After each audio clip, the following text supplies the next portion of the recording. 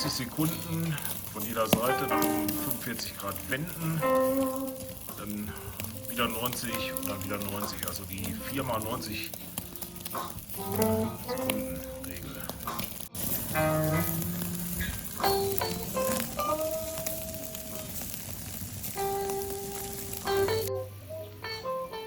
So, das ist auf jeden Fall schon eine schöne Kruste. Jetzt kommt das im Backofen bei 135 Grad.